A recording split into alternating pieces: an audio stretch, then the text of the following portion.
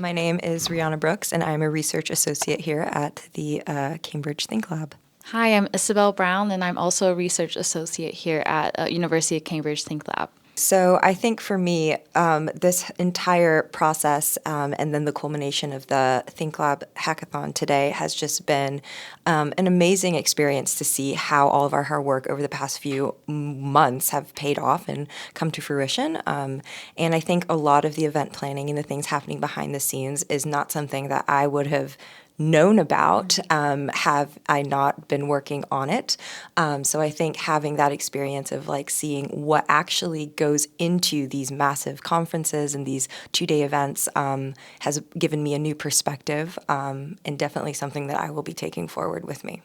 I think for me, the hackathon is emblematic of what ThinkLab does best. I mean, when I first joined ThinkLab, what really drew me to it was the way Tyler described it was a startup within the university. So how do you create a space where people of different organizations and industries can come together to tackle an issue?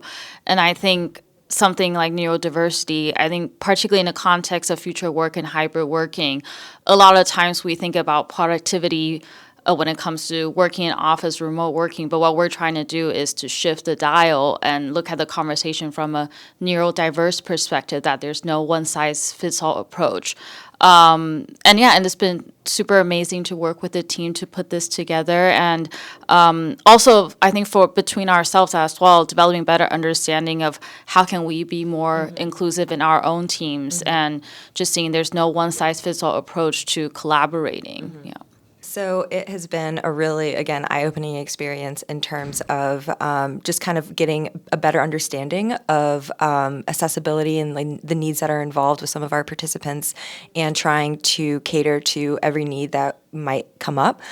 So just thinking about little things like sensory kits and tools and also lighting, making sure that we have signage posted everywhere, making sure that there's a schedule and people are understanding where to go and what to do, and just kind of having all of that sent out beforehand. That was also really important. So just kind of an extra layer of organization, I think, went into this that otherwise maybe other conferences might not have put in that level of detail that we had to do. So I think that also really helped further see how intense this process really is and can be. And it was just a really interesting and I think very eye-opening, again, experience. I think for me, this has been actually a really great learning experience. I've done, I've planned events before, whether it's at work or at uni, but I think what was so different about this is really the thought and consideration into thinking through, okay, not necessarily from, I think a lot of times when you plan things, we think of things from our own perspectives, but really kind of digging deep into what exactly is needed. Have we missed something? Have we missed an element of this?